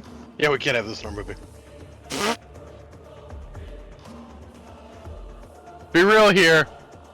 That's definitely not the reason. It's most likely probably like, yeah, how do we do this in a tasteful manner? Or like any way that this doesn't just feel like wrong. Adapting effectively an extremely adult novel into a PG-13 movie. Well, Yeah. even if you made it, I don't know. I feel like a lot of people would take issue with it showing up in a movie. Yeah, I agree. It would have been kind of rough. There's some pretty even I get why they didn't want to include Aaliyah because of that. Oh no, I absolutely understand that. Like, Yeah. cause oh my fucking god, how would you depict that? Like in a way Well, that, like, how do you depict it in any way that's not just like wrong? On every meaning of the word, wrong. yeah, it's just, yeah, and they yeah, like it's like because because the David Lynch adaptation, kind of made the Harkonnens gross and weird, but Redheaded. yeah, I mean you saw that movie. Yeah, gingers have no souls. Yeah, exactly. Just look at the Harkonnens. The sci-fi miniseries made them like mustache twirling villains, and and gave and it had the bit where it's very clear the Baron Harkonnen likes to rape twinks, but other than that, again, they downplay it a lot. And in this adaptation, you got the Baron, like, I think at most the most he does that's really kind of out there is the fact that he murders two of his servants off screen. So I think the one that was the more twisted is his youngest nephew. Oh yeah, Fade is like I said earlier, they expanded on Fade in this. Fade's role in the original Dune is way more limited. I liked him. The parts from the yeah, I'll be honest. I liked Fade too. They did do things in the movie that don't happen in the book. Like in the book, he doesn't get the magic pain glove test. Yeah, that was really that. I want to be honest. That scene I didn't like. I was just like, what the fuck. Yeah, they also the woman who gave him the test is also another composited character. Oh fuck. The Emperor's daughter. No, not the Emperor. That wasn't the Emperor's daughter. That was a. Was it not? No. I genuinely thought it. I'm gonna be honest. I seriously thought that's who it was. I legit can never remember this character's name. But it's like. Fuck. I can't. Yeah, but he, in the book, it's a he in the book. Well, okay, so it's a couple. Yeah, it's a couple. It's a man. It's a man and a woman. He's a chemically castrated eunuch, who is the best friend of the Padishah Emperor. Yeah, and he's also he's also his chief assassin or something like that. Yes. Yeah. Yes, he's a count. Yeah, Count Thuring. That's right, Count Thuring. I forget his first name, but his last name is Thuring. Okay, I know no one's gonna care right now. Holy fuck, this new PC is super cool. Nice. Like I mean, it's genuinely cold. Send me your specs later. I actually can, and we're. Oh wait, my phone's dead. I can't right now. Yeah, going back to the Thuring. Yeah, Thuring is it's kind of I kind of like it because Thuring has a much bigger role in in the book. In the book, And basically what happens is in the book, after Paul kills Fade Rautha, the Emperor basically tells Thuring to kill Paul, and Thuring says no. Like he's like, bro, you're beaten. Just accept it. And because, they turn Thuring into this Bene Gesserit woman who's basically just there to magic pain glove Fade in the in the movie, and that didn't sit well with me because I kind of like Thuring's character in the book. Well, the Count's wife was Bene Gesserit. Yeah. I hate that every time you say magic playing glove, I literally hear it in the TTS logo. Well, okay, look, it's funnier than just the box, okay? Oh, no, I know, it's just, I stuck my hand in the magic pain glove, and then Psyche! Weird, crazy woman. Psyche, you bitch! Sisterhood. Raised Oh, no. from infancy to adore the Leviathan that is destroyed. What have I done? What have I done? Psyche, Your services are no longer required. Psyche, you could have just done the box one. We're talking about the box. Or stunned. You need a magic pain glove. Phenomenally resilient. What's in the box? What's in the box? Medical I woke the homie up. I feel kind of bad now. Ever greater homie? death toll, mounting Huh? from each massive homie? blast of his Homer equipment. Simpson. Oh. Dozens of women requiring kidding. extensive augmentic rebuild per engagement. Homie. Not even death can stay. Yeah, no, me and a homie went and had like okay. a two guys day. The Okay. blood of martyrs only strengthens I the resolve completely, of Dawn, making it I harder completely his war fucked up gear that to the dude's point of name. Hold on. overstraining the armor's exoskeleton. The character they composited into a Bene Gesserit woman in the movie, I completely fucked up his name, and I apologize for this. His name is Count Hesimir Fenring. My bad. Yeah. Where did I get Thuring from? I feel like Your ass. I feel like I pulled that name from somewhere. He was basic. Oh yeah. That's another thing from the book that EA just mentioned, is that Fenring was basically the closest they'd got to the Kwisatz Haderach before their attempt to have the thing Jessica cocked up for them, which was would have been her daughter with Fade. But yeah, he was the closest they'd gotten up until that point, and that's why he's so dangerous, as an assassin, because he's got all them. Those borderline abilities that Paul does. But he's also smart enough to know when to fold him, which is why he tells the Emperor in the book, like, hey, look, bro, I get it, but you fucked up. He beat you. He beat your champion. It's over. It's so Jover. Just let it go and let him marry your daughter. The Emperor, my man, we fucked up. We fucked up. Yeah, it's like, and then the Emperor is just sitting there like, oh, what am I? And lets Paul marry his daughter. And yeah, but then, as we said earlier, unlike in the movie, he doesn't give up. He doesn't completely ignore Chaney. He goes back to her and is like, hey, look, Irulan, I get it. You hot piece of ass, but I love her. Well, not only that, and then Thufir Howard he was being given a poison, and they were drip feeding him to keep him alive. Yeah, with it. Yeah, that thing with the milking the cat, that was actually in the book. But his important, he was important because he ended up being a part of the whole plan. And so when Paul meets the Emperor finally, it was like a culmination of a bunch of people's plan, and it was all all according to Keikaku. It was a lot more masterfully done in the book. Thufir Hawat, because basically chooses to die rather than betray Paul. Or rather, betray the son of his duke in the book, and that's also in the David Lynch movie. Because that's all. Yeah, like I said, that's also in the David Lynch movie. We are at this point now where the David Lynch Dune adaptation is the more faithful adaptation, and I never thought I'd say that, but here we are.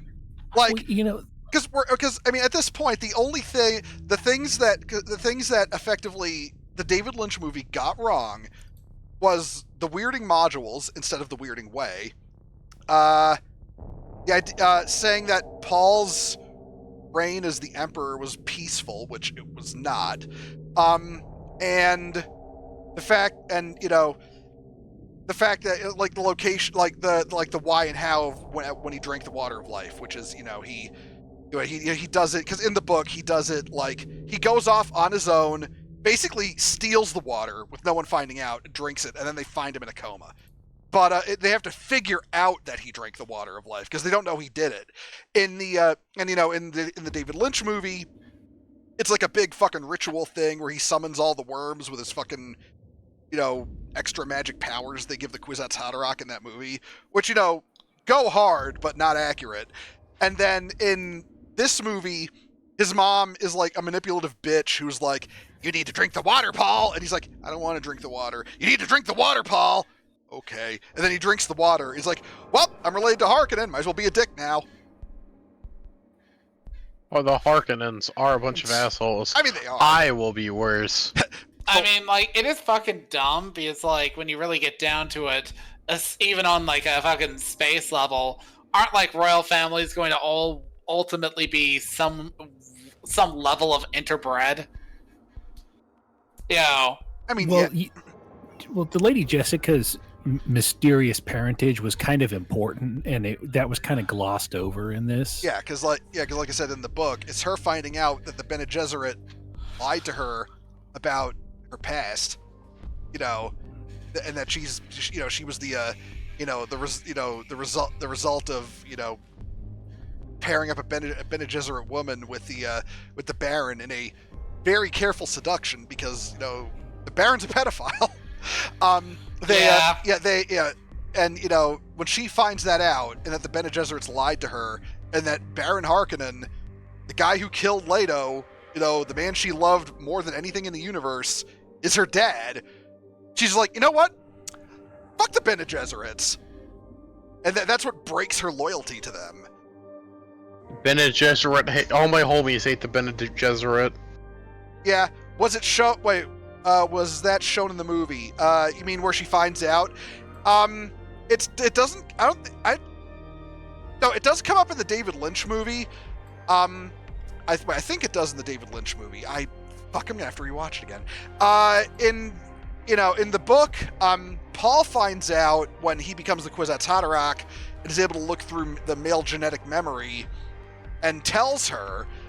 And then in the new movie, she finds out when she drinks the water of life early in the movie and just never told Paul, which, once again, we went over this, that's not how that works because you need to be able to peer into male genetic memory to know who your male parents are. She should not be able to... I get what you meant by that. She should not be able to do that. Because that means there's literally no point in having a Kwisatz Haderach to begin with. Hey, Zeph. Yeah. I was completely off topic question. Do you know a place I can get a cheaper Windows key? I'll send you something in a little bit. Yeah. Thank you, homie.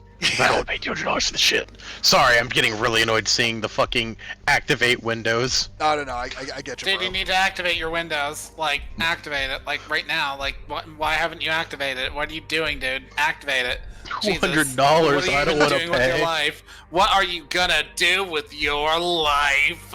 But yeah, that's it's like, and I really don't know. I really don't know where they're gonna go with this because they've completely. I already told you. No. I know you what you told me, and I'm going to forget that I heard it. I can't believe you didn't like what I said either. No, yours was worse.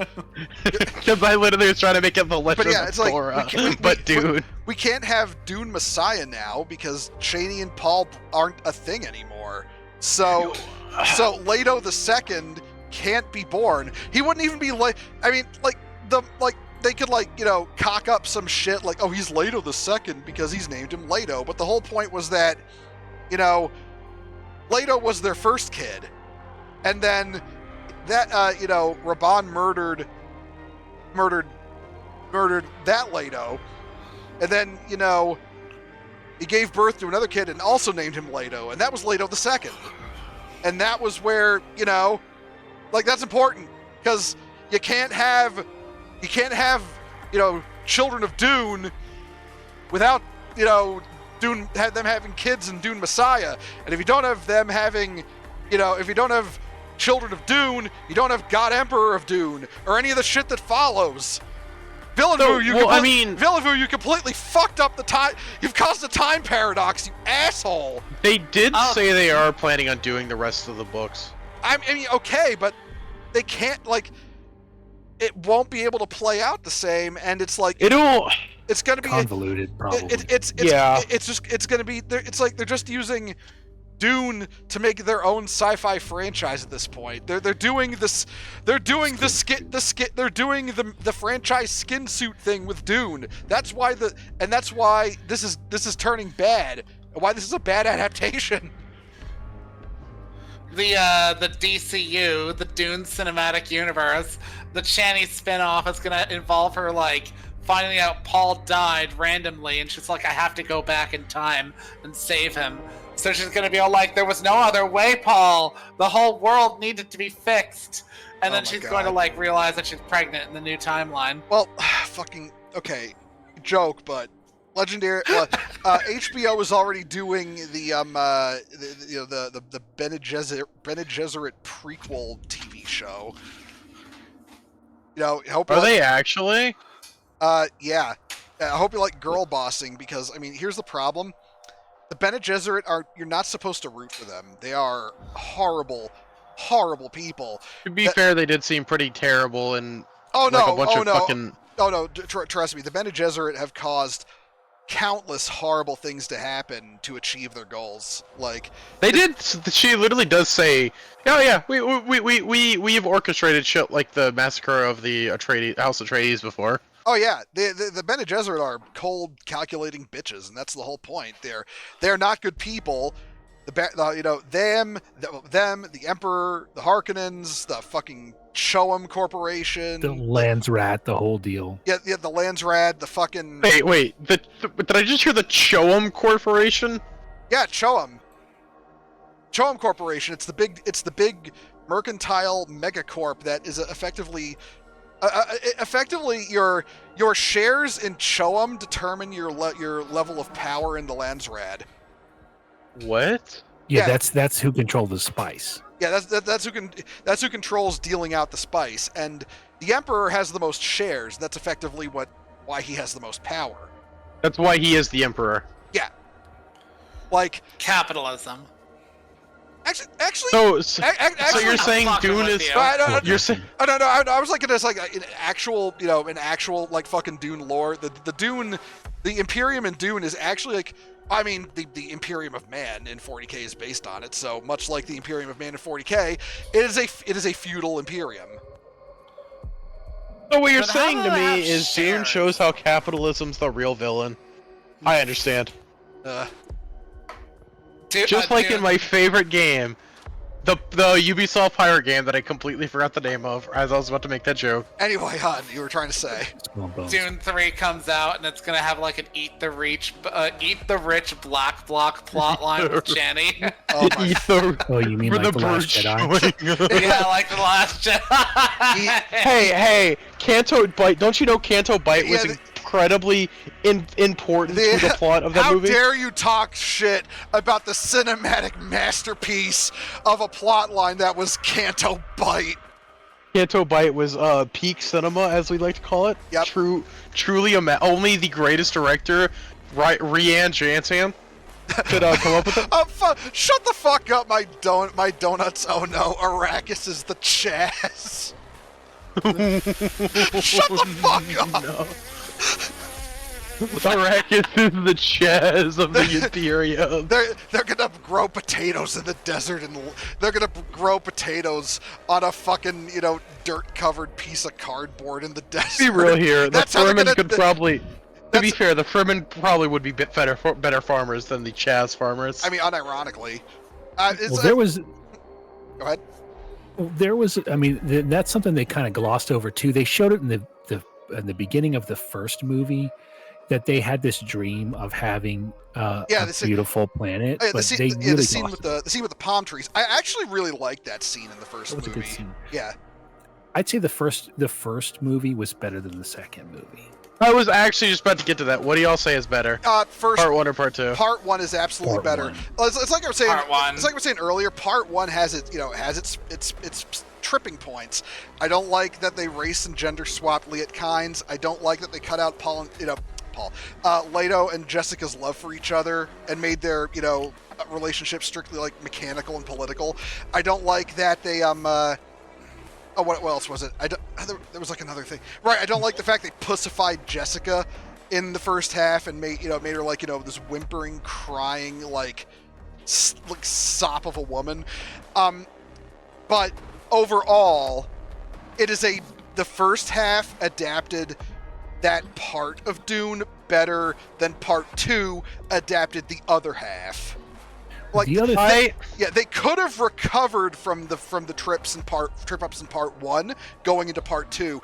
Instead, they just decided to go full retard. Look, I'm gonna say it. I enjoyed part 2 more. Well, the one thing I feel like was missed in the first one, and I think they recovered a little bit in the second one, was Gurney Halleck. He's a really interesting character because he was raised in like the gladiator pits by the Harkonnens. And so he like hates the Harkonnens. Like he's just there to kill Harkonnens. Yeah, they left that out of part 1, and they also left out my favorite quote from Dune of all time in fucking part 1, which I didn't like, which was Paul says he's not in the mood to do combat training, to which Gurney Halleck is like not in the mood. Mood is a thing for cattle and love play. Yep. I do like that they had him playing his. I can't remember what's in. That's not a balalaika, but it's something like that. And I like that they had him playing that in part 2 because I was like, man, they don't have him being Gurney at all. Yeah, like, it's like a totally different character. It felt like, but they, like I said, they recovered that in part 2. I will say this about Gurney Halleck. That's kind of one of the reasons I like part 2 more. It had more Josh Brolin. Yeah, look. More Josh Brolin, not a bad thing. Only a positive. I will say Josh Brolin is definitely the second best Gurney Halleck. There's been 3 depictions of Gurney in like visual media, so second place is not bad. He's definitely a high second, but Jean-Luc Picard will always be the best Gurney Halleck. Yeah, how do you beat Jean-Luc Picard? It's Jean-Luc Picard. Yeah, like with his battle pug. How do you beat that? You don't. You just don't, okay? But I do love Josh Brolin, so. But yeah. I enjoyed the second movie because like it didn't feel as like so low as part 1. I will say this about comparing Jean-Luc Picard Gurney Halleck to Josh Brolin Gurney Halleck when he meets Paul again later in the David Lynch movie and he sees Paul is alive and he just starts to kind of break down in tears and he's just so happy that Paul is alive, was a way better depiction of their meeting than Josh Brolin being like, well damn, you're alive. That for me is what cinches the David Lynch Gurney Halleck is the superior one. Also, they got my favorite line in that one, so yeah, that too. The other thing is that like, and they gloss over this too, was that they thought all the survivors like the Duffer Howitt and Gurney Halleck, they both thought that Jessica was the one that betrayed Duke Leto, right? And that's something that Yui had kind of planted. And so because of that, there's a big recovery of... I completely forgot about that arc, yeah! Holy shit!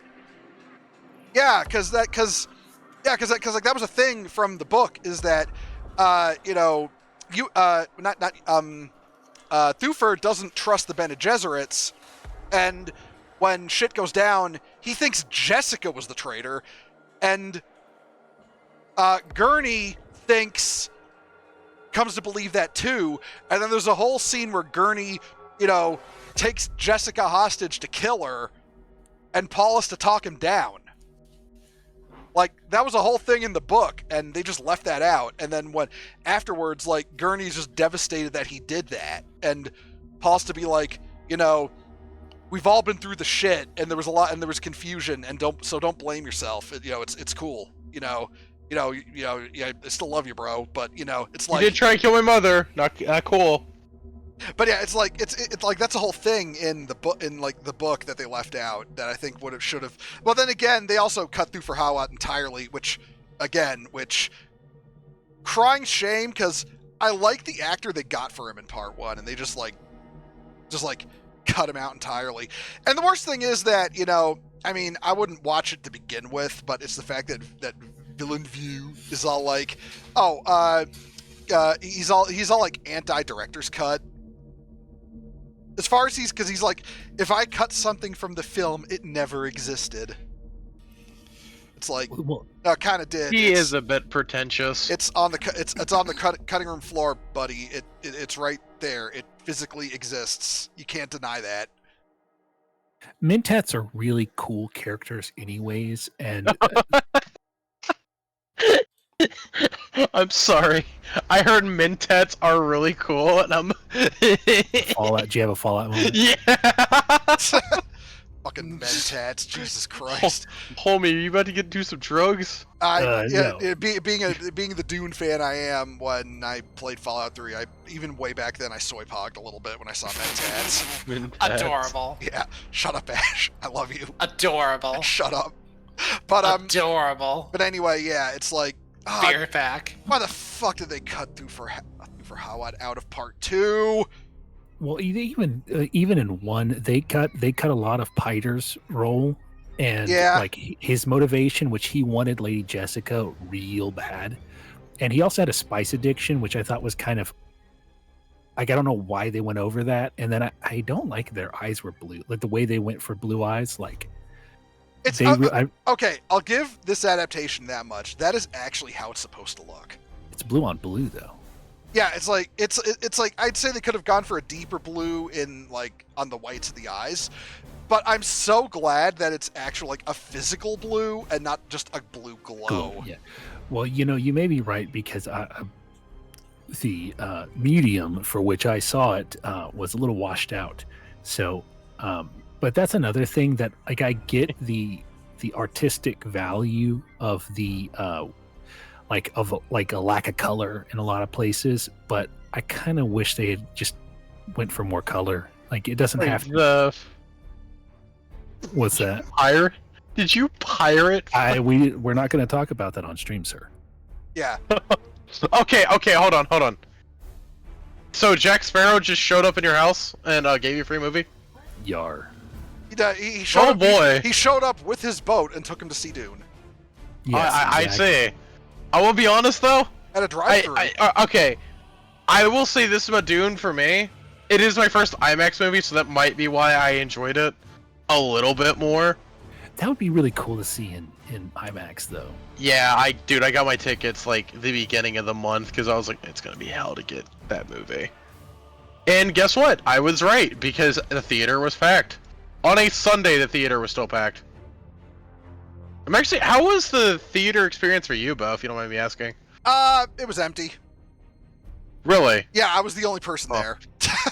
Huh. Yeah, I don't know how this movie's done its first weekend. Really good. Oh, let me double check. It was on its way to doubling its budget. Do we know its budget? Hold on. I'll tell you in a second. Apparently it's earned $98 million so far, according to My Donuts Oh No. In the yeah, US. $98 million. On what kind of... hold on. Dune Part 2 budget. Let's look that up. $190 million. Well, okay, you figure... What is it? $182 million globally. Alright, so hold on. Let's check. 100... So never mind. It just okay.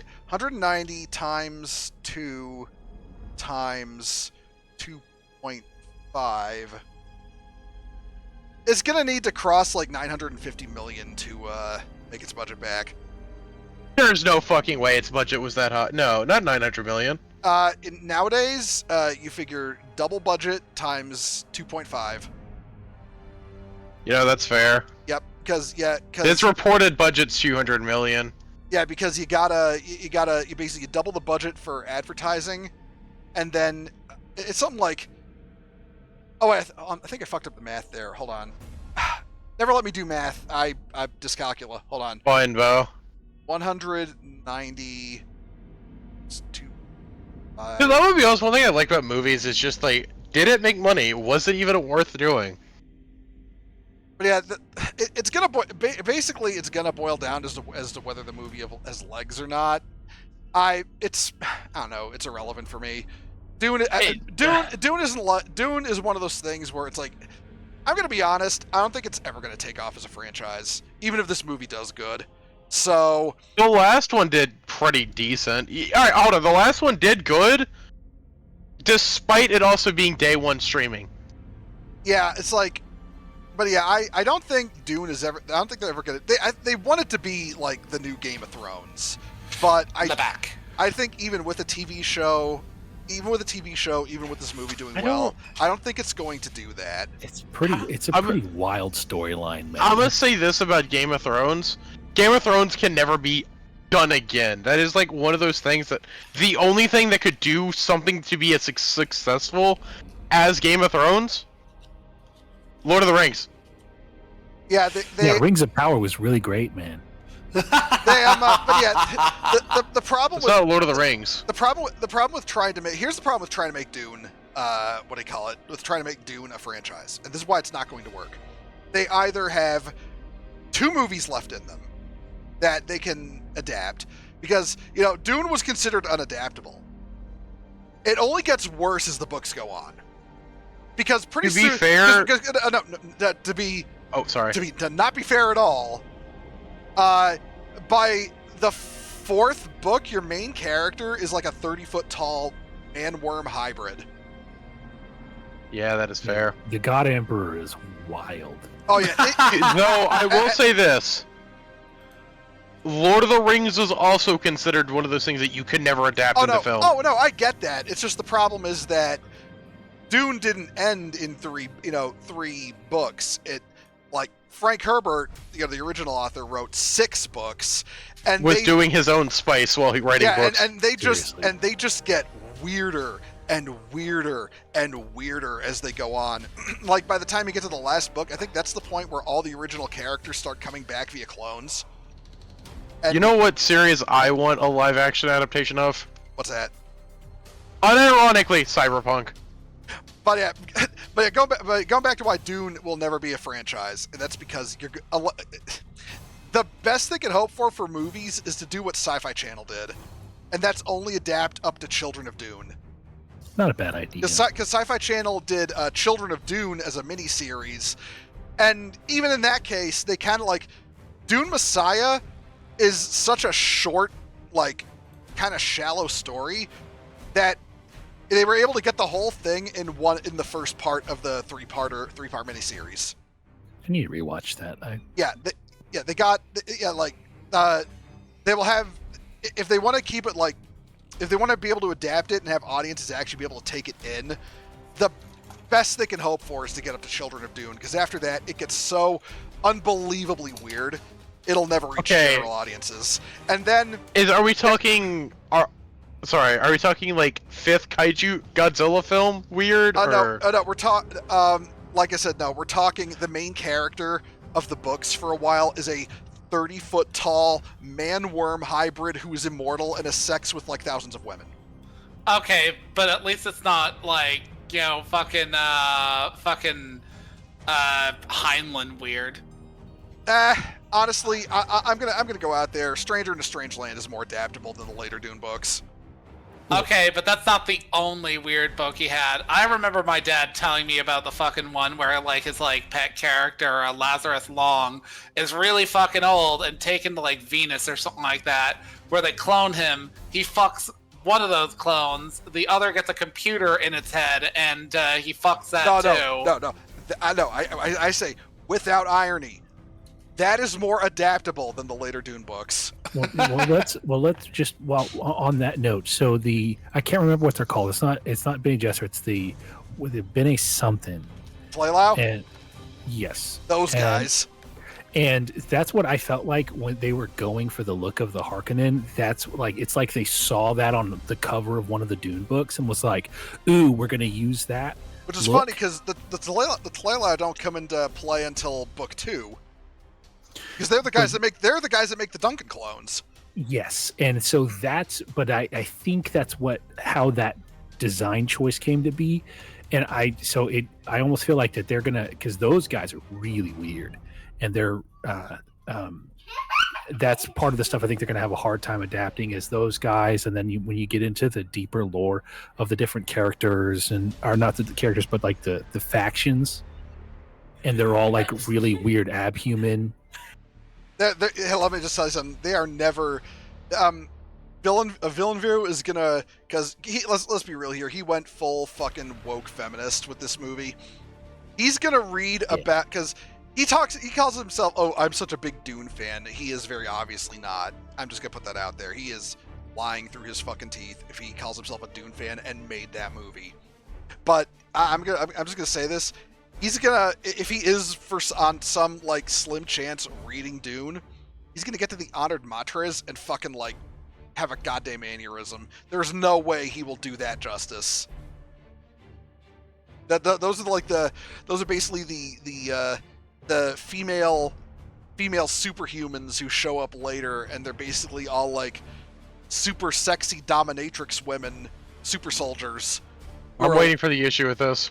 Sisters of Battle, my friend. No. I mean, like we're talking like they're all like smoking hot and like dress sexy and like shit like that. It is like, and the thing is, they're the chief antagonists of the later books that Herbert wrote. So, yeah. I see how Herbert's the actual worst author ever. Those are not antagonists, my friend. Look, boobs. I get your fetishes, but my point is that This is my barely disguise. My point is that Villeneuve is never going to adapt that properly. I know. I mean, but let's be real here. He said there's no strong women in Dune, and apparently he got that, which is why he had to turn, Liet Kynes into a woman. But, if he just written Lady Jessica like she was written in the book, he wouldn't have had that problem. It's not only that.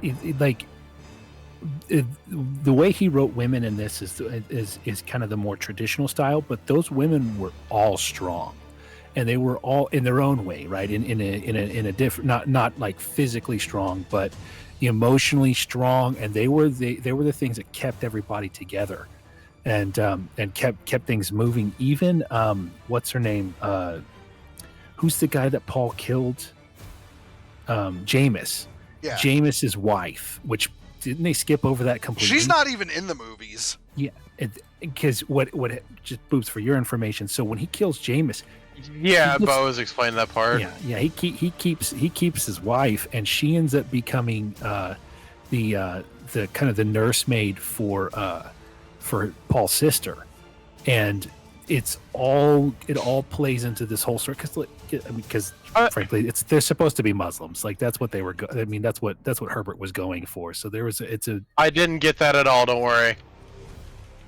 It's weird how inconsistent they were on that. Yeah. I hope I want to be clear. That was 100% sarcasm. Yeah. Okay. You mean you didn't get they were supposed to be Muslims when when they've got like a prophet they're waiting for named Lisan al-Gaib?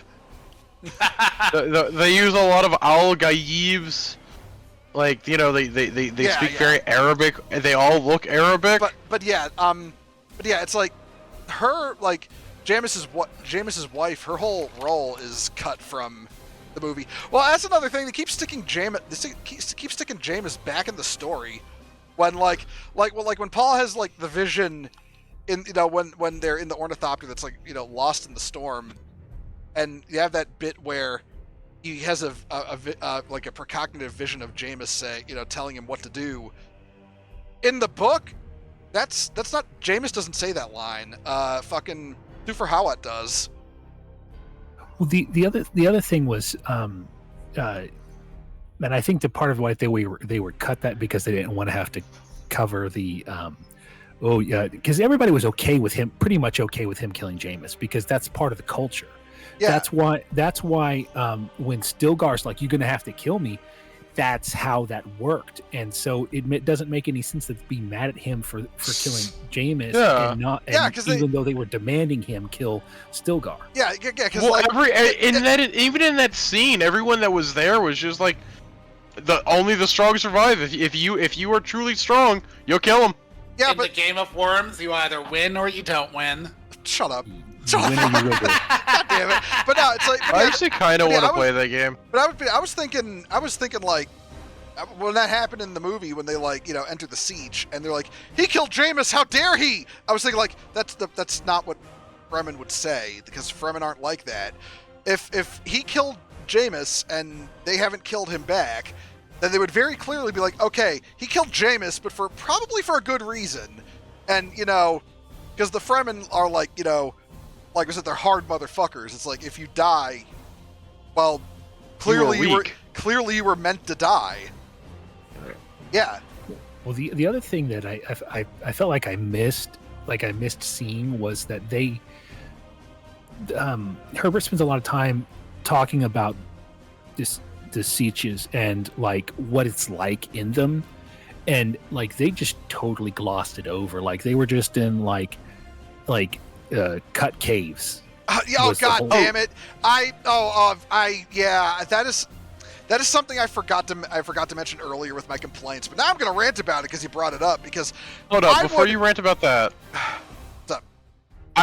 What do you think of the way they they did the water? Because I feel like, isn't he supposed to drink the water of the fallen that he killed? Oh, okay. I'll get into that in a minute. But okay, I'm just gonna. Okay, sorry. This is now 3 Dune adaptations in a row where the Fremen are just living in caves. The Fremen don't live in caves. The sieges are cities. They have They are Muslims. They have. God damn it, honey. I'm trying to stay monetized here. Ash is pushing the limit today. Yeah, please don't. Please don't. Okay, I'm sorry. But no. They have technology. The sieges are cities. They do not live in caves squatting in sand. For fuck's sake. It's like, how do you think they build stilt suits and thumpers and have their own ornithopters and and all this shit? It's like, yeah. How do you think they have all this shit? They have technology, and it's like, and that's the thing. The water, like the water in the caches, is not from dead dead Fremen. They collect that water with moisture traps. Like, that's a whole thing. Like, they covered this, for fuck's sake. The David Lynch movie got this right.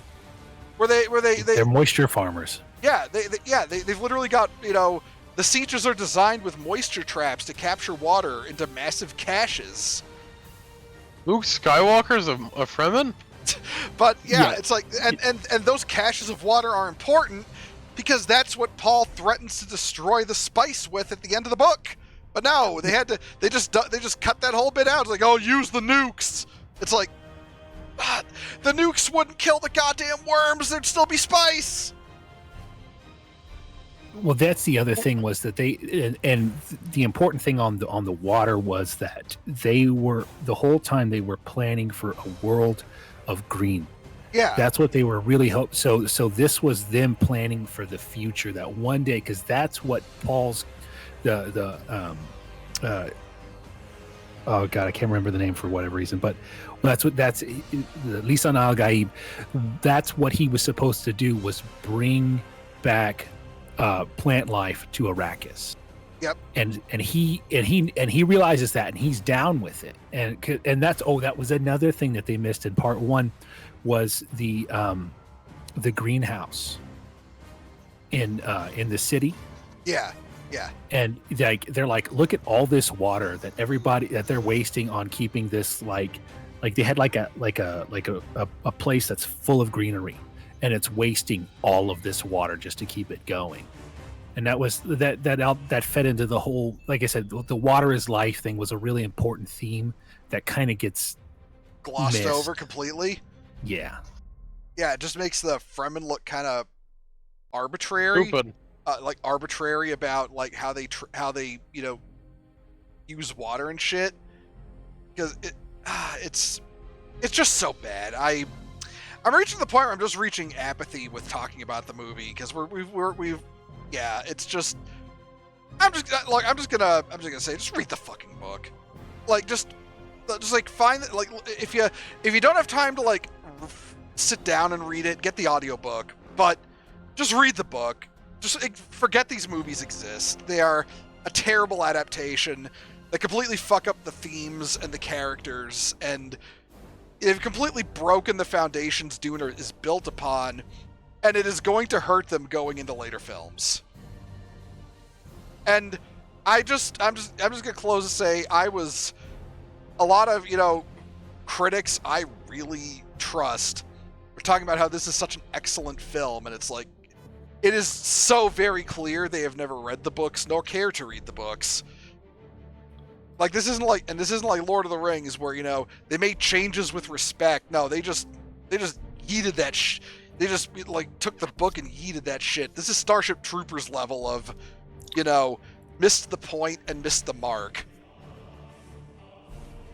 I'd say Starship Troopers did it better because the core of that story in the movie is still good. Yeah, the core is still good. The core of that is still good, while this is not.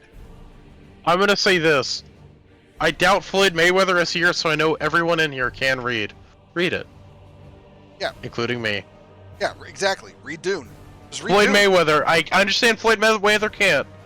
I don't think any of motherfuckers is Floyd Mayweather. Yeah, exactly. Yeah, just like I said, read Dune.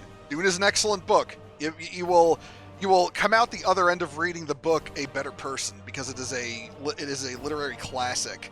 So yeah, just save your money that you'd spend on a fucking movie ticket and just buy the fucking audiobook on Audible if you want to experience Dune. I want to be honest though, I do not regret going to the movie. It's a fun movie to go watch, just as a movie. If you enjoy movies, you'd enjoy it. As a popcorn film, I would say that's fine. But I can't even recommend it on that regard. Like, yeah, I can't if you want to experience Dune, I cannot in good conscience recommend this movie to anyone. Because the point is to experience Dune, and this is just this is a Denis Villeneuve's fucking fan fiction in a Dune skin suit. It's like if you want to experience Dune, like read the book. Fuck the Sci-Fi Channel miniseries or even David Lynch's movie is better than this. Go watch those or read the book. I cannot in good conscience recommend this movie. I can't wait to do this. Floyd Mayweather is a boxer that he can't read. It's just. Did you see 50 Cent? They were doing the ice bucket challenges. He goes, read 7 pages of a Harry Potter book, and he's like, because I know you can't read. That was so yeah. Dude, the joke is Floyd Mayweather can't read. He tried to prove that he could, and failed at proving he could read. Like, homie literally cannot read. That's like meaning no offense to people who have like a legitimate reason to not be able to read. It's kind of pathetic if you're like a completely like average individual in America for Christ's sakes to not be able to read. He's a highly successful boxer. Hire a tour or hire a tutor. Yeah, he has a stream where he was literally like, I can read, and like just could not read, and it's like kind of the both saddest yet funniest thing ever. Okay, I'm gonna put a meme in the general of the Discord. Oh hey Bo, you know what I can't wait to do this little impromptu stream for? What? Peak cinema known as Kong Godzilla. Oh yeah, A New Empire. Yeah, I'll do this for that too. Don't get me wrong. I feel like that would be holy shit. This movie was the greatest film I've ever seen. Okay, you know what? I'm actually gonna close out the stream there. After after was it 48 hours, I can upload this to YouTube because I'll get my Twitch affiliate taken away if I do it any earlier. So yeah, I'll do that then. I thought it was just 24 hours. I don't remember, so I'll wait 48. But yeah, okay. Thank you for coming to listen to us rant. I'll be back Wednesday because I'm gonna start playing Metal Gear Rising. So yeah, Thanks for coming, everyone. Dune sucks. Read the book. It was fun. Later. Dude, Metal fucks, Gear. read the- Later, Metal everyone. Gear. Later, everyone.